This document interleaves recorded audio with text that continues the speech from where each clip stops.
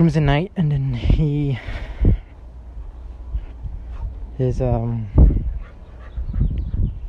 basically he's praying to Maiden, and Maiden is the first living being on Earth, basically. And so she is like the true religion, the true, not religion, but like the true prophecy. And there's like other different prophecies from different villains that claim to be the true prophecy but aren't. And so Crimson knows Maiden spiritually, and so he's one of those blessed knights who knows Maiden personally, and so he prays to Maiden, and then Maiden senses a disturbance in the prophecy where they're after her DNA, and then she, in an attempt to hide her DNA, she has 3 flowers, not a flower, but 3 strands, and one of them is ShyArknight, and another one is Mobius, and another one is M's. So 3 in total, and those 3 are the main characters of the story. And so just as Crimson is praying, Maiden lets Crimson know that there's a disturbance in the prophecy and in the belief system, and then that basically Maiden tells Crimson that there is they're after her DNA, and the Omicron who is the main villains, like the secret espionage group of like dark matter based villains who are built. One member of them is a mad scientist who basically just has an underground secret lab where he tests newborns for their DNA to see if they have a Maiden's DNA. And so like this mad scientist who just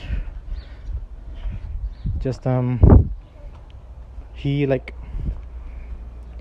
goes on half his lifespan just testing newborns for the DNA, and turns out a bunch of them turn out negative.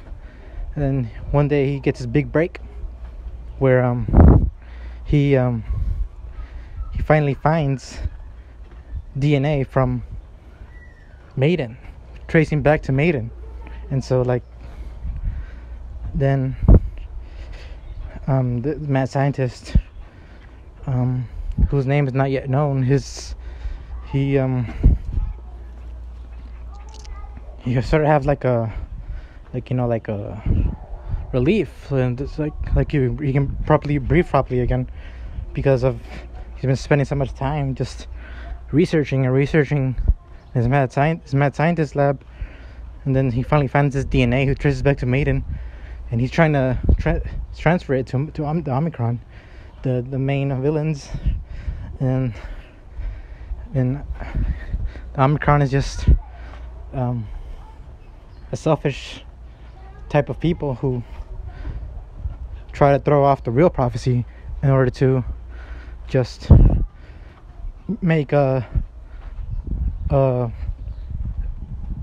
mind to transfer mind to combine mind to machine in order to build a supercomputer which can generate infinite pleasure, infinite satisfaction of human desires. And so like Maiden sees this as a disturbance, and then as Maiden is praying of Crimson,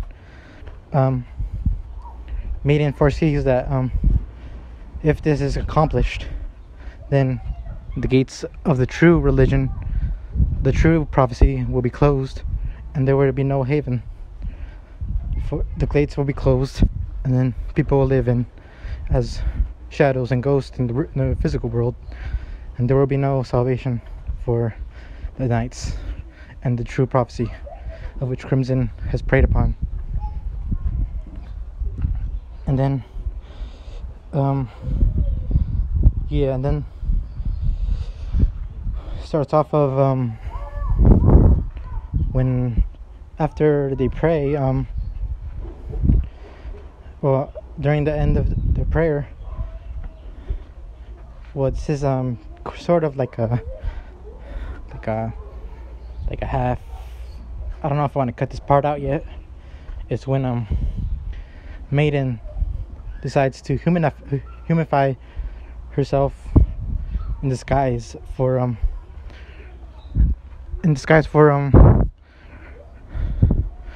the for the Omicron, so that she can battle alongside Crimson. And so she humifies herself, sort of like a resurrection of herself in a humanoid form.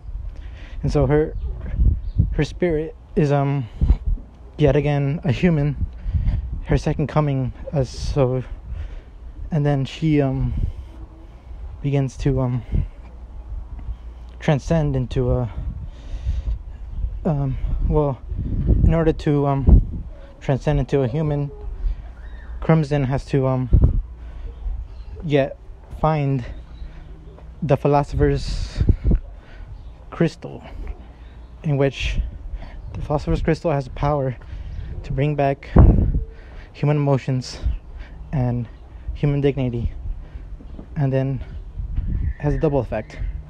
When this human crystal is when the philosopher's crystal is then generated or used, it has a double effect in which it causes mayhem and sends us